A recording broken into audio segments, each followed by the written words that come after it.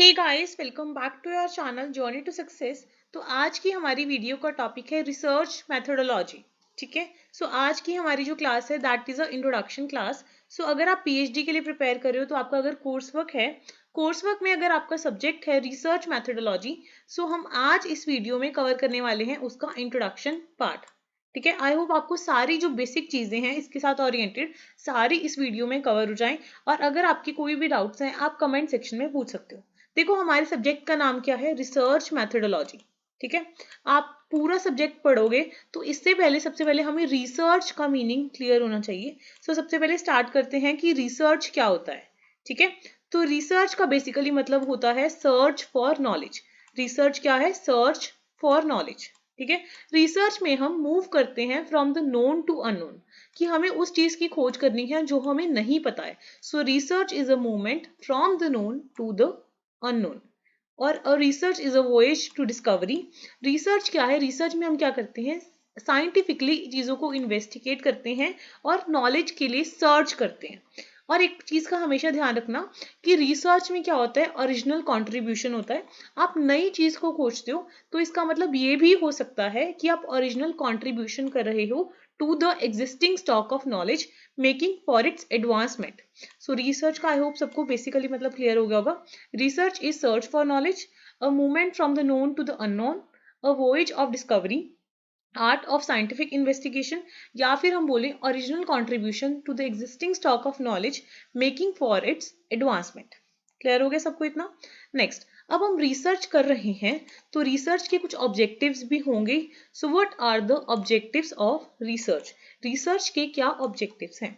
Basically मैंने इस part को 4 हेडिंग्स में क्लासिफाई करा है।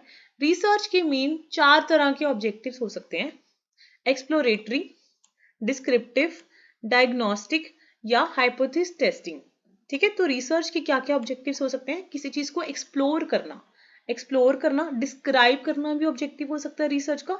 डायग्नोस करना कि क्या कारण था, कैसे हुआ, ये सब डायग्नोस्टिक ऑब्जेक्टिव्स भी हो सकते हैं। और हाइपोथेसिस टेस्टिंग वाले भी रिसर्च के ऑब्जेक्टिव्स हो सकते हैं। एक अच्छा प्रेजेंटेशन वे बन जाएगा अगर आप आंसर राइटिंग करते हो। Objectives of research can be exploratory research objectives, descriptive research objectives, diagnostic research objectives and hypothesis testing research objectives। इतना सबको क्लियर हो गया? तो इसमें एक्सप्लोरेटरी का मतलब क्या हो जाता है? एक्सप्लोरेटरी का मतलब है आप एक्सप्लोर कर रहे हो, नए नए एरियाज को आइडेंटिफाई कर रहे हो, हाइपोथेसिस जनरेट कर रहे हो, इनसाइट्स देख रहे हो कि क्या क्या हो सकता है। एक्सप्लोर कर रहे हो चीजों को, नए नए फिनोमिनन्स को समझने की कोशिश कर रहे हो which are in the initial stages. Next, आप किसी भी पॉपुलेशन को, किसी भी पर्सन को, किसी भी प्लेस को, कोई भी चीज हो सकती है, कुछ भी, उसके करेक्टरिस्टिक्स को डिस्क्राइब कर रहे हो। उसकी जो करंट स्टेट ऑफ अफेयर है उसको आप डॉक्यूमेंट कर रहे हो। मतलब आप डिटेल्ड बता रहे हो उस सब्जेक्ट के बारे में, कोई भी सब्जेक्ट हो सकता है। उस सब्जेक्ट को आप क्या करने की कोशिश कर रहे हो, डिस्क्राइब करने की, या उसका डिटेल्ड अकाउंट बताने की कोशिश कर रहे हो। थर्ड हमारा आ जाता है डायग्नोस्टिक रिसर्च ऑब्जेक्टिव्स। डायग्नोस का मतलब क्या होता है? आपको कॉजेज बताने हैं, कॉजेज और फैक्टर्स बताने हैं कि इस मुद्दे के, इस इशू के क्या क्या कॉजेज हैं। डायग्नोस कर रहे हो मतलब डायग्नोस्टिक रिसर्च ऑब्जेक्टिव का बेसिकली मतलब हो गया आप इन्वेस्टिगेट कर रहे हो कि सिचुएशन के पीछे क्या कारण है और कैसे ये सब सिचुएशंस अराइज हो रही हैं। इसमें आप रिलेशनशिप्स अंडरस्टैंड कर रहे हो, पैटर्न्स को समझने की कोशिश कर रहे हो। Last but not the least हमारा टाइप आ जाता है रिसर्च ऑब्जेक्टिव का हाइपोथेसिस टेस्टिंग। आप थ्योरीज वगैरह की टेस्टिंग कर रहे हो और उन थ्योरीज के बिहाफ पे प्रोडक्शंस कर रहे हो और प्रोवाइडिंग एम्पेरिकल एम्फेसिस फॉर और अगेंस्ट अ हाइपोथेसिस। उस हाइपोथेसिस को टेस्ट कर रहे हो, उसके फेवर में या उसके अगेंस्ट एविडेंसेस को प्रोवाइड कर रहे हो। सबसे पहले हमने रिसर्च का मीनिंग देखा कि रिसर्च होता क्या है। उसके बाद हमने देखा कि ऑब्जेक्टिव्स क्या हैं रिसर्च के। बेसिकली हमने इसको 4 कैटेगरीज में क्लासिफाई किया: एक्सप्लोर करने वाले रिसर्च ऑब्जेक्टिव्स, डिस्क्राइब कर रहे हो, डायग्नोस कर रहे हो, या फिर हाइपोथेसिस टेस्टिंग कर रहे हो। इतना सबको क्लियर हो गया? Our next topic is types of research, कि जो रिसर्च है उसके क्या क्या टाइप्स हो सकते हैं। देखो हम टाइप्स ऑफ रिसर्च बहुत सारी कैटेगरीज के बेसिस पर पढ़ सकते हैं। सबसे पहले हमारा रिसर्च को क्लासिफाई करने का बेसिस है बेसिस ऑफ पर्पस, कि हम रिसर्च क्यों कर रहे हैं। इस बेसिस पर रिसर्च को 2 कैटेगरीज में हम डिवाइड कर सकते हैं। एक तो हो गया बेसिक रिसर्च और एक हो गया अप्लाइड रिसर्च। ठीक है, एक बार मैं सारी टाइप्स का रिव्यू दे देती हूँ, उसके बाद हम सारी टाइप्स को डिटेल में पढ़ेंगे।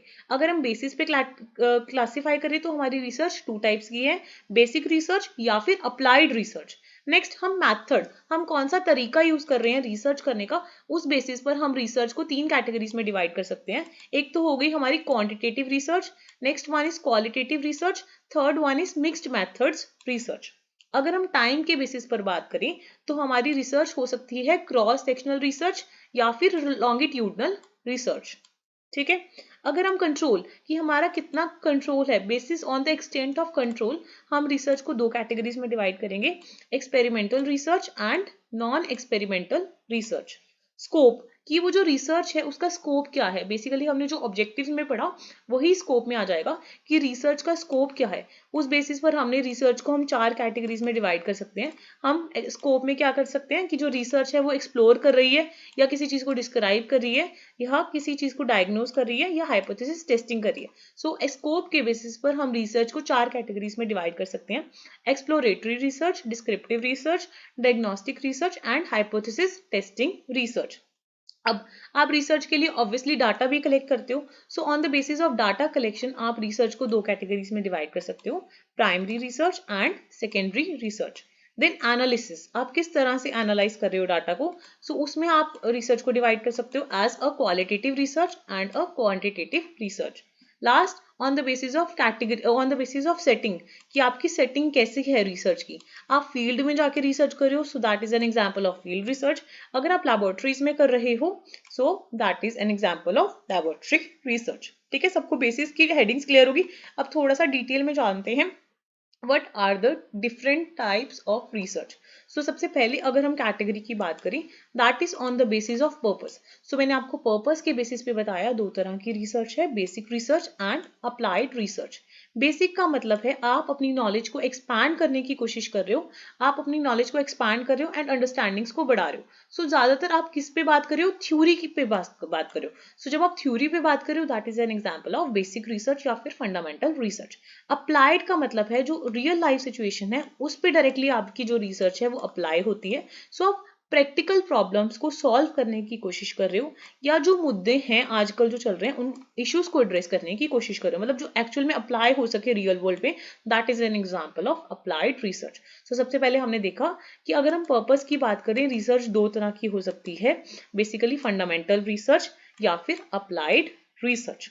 ठीक है, अब हम सेकंड टॉपिक पे बात करते हैं, आप कौन सा मेथड यूज कर रहे हो। अगर तो आप न्यूमेरिकल डाटा यूज कर रहे हो एनालिसिस में that is an example of quantitative research. But अगर आप नॉन न्यूमेरिकल डाटा के ऊपर बेस्ड हो, पर्सपेक्टिव्स देख रहे हो, मतलब देख रहे हो, that is an example of qualitative research. अगर आप क्वांटिटेटिव और क्वालिटेटिव का मिक्सचर यूज कर रहे हो so that is the mixed methods. So इसमें हमने जाना कि on the basis of methodology research 3 तरह की हो सकती है, quantitative research, qualitative research and इन दोनों का mixture that is the mixed method. अब हम टाइम के बेसिस पे बात करें, अगर हम टाइम के बेसिस पे बात करते हैं रिसर्च बेसिकली 2 तरह की हो सकती है, क्रॉस सेक्शनल। क्रॉस सेक्शनल मतलब आप सिंगल पॉइंट ऑफ टाइम पे डाटा कलेक्ट कर रहे हो, so that is an example of cross sectional research. अगर आप over N extended period of time changes को ऑब्जर्व कर रहे हो so that is a longitudinal research. So time के बेसिस पर देखें रिसर्च लॉन्गिट्यूडनल भी हो सकती है एंड क्रॉस सेक्शनल भी हो सकती है। इतना क्लियर हो गया सबको। अब अगर हम एक्सटेंट ऑफ कंट्रोल की बात करें, रिसर्च एक्सपेरिमेंटल भी हो सकती है, नॉन एक्सपेरिमेंटल भी हो सकती है। ठीक है, एक मतलब आप उस चीज को कितना कंट्रोल कर पा रहे हो, अगर आप अपनी चीजों को कंट्रोल्ड सेटिंग्स में कर रहे हो और मैनिपुलेशन कर पा रहे हो so that is an example of experimental research. But ज्यादातर अगर आप ऑब्जर्व ही कर रहे हो चीजों को, एक्सपेरिमेंट नहीं कर सकते, ज्यादा मैनिपुलेट नहीं कर सकते, मतलब आपका कंट्रोल है ही नहीं, तो अगर कंट्रोल है that is an example of experimental research.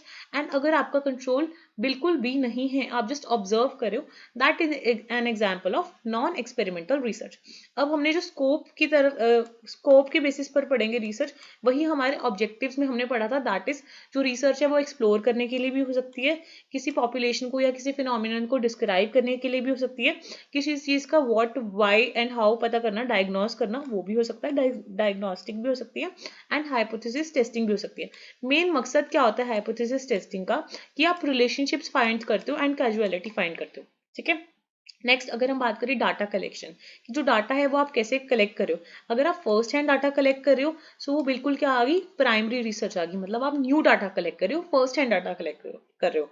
But अगर आप एग्जिस्टिंग डाटा जो ऑलरेडी किसी ने कलेक्ट किया हुआ है उस पर रिलाई हो रहे हो, so that is secondary research. अब हम एनालिसिस की बात करें कि आप डाटा को अगर तो न्यूमेरिकल टर्म्स में एनालाइज कर रहे हो, स्टेटिस्टिकल एनालिसिस कर रहे हो, so that is a quantitative analysis. And अगर आप जस्ट इंटरप्रिटेशन कर रहे हो नॉन न्यूमेरिकल डाटा की, सो that is an example of qualitative data analysis. अब आपकी सेटिंग कैसे है, मतलब आप फील्ड में जाके काम कर रहे हो, नेचुरल सेटिंग्स में काम कर रहे हो, so that is an example of field research. अगर आप लैब्स वगैरह में कर रही हो, so that is controlled environment में जब आप कर रहे हो, that is laboratory research. So I hope इस वीडियो में आपको different types of research clear हुए होंगे, रिसर्च के ऑब्जेक्टिव्स क्लियर हुए होंगे एंड रिसर्च का मीनिंग भी क्लियर हुआ होगा। बाकी मिलते हैं नेक्स्ट वीडियो में। Till then don't forget to like, share and subscribe the channel.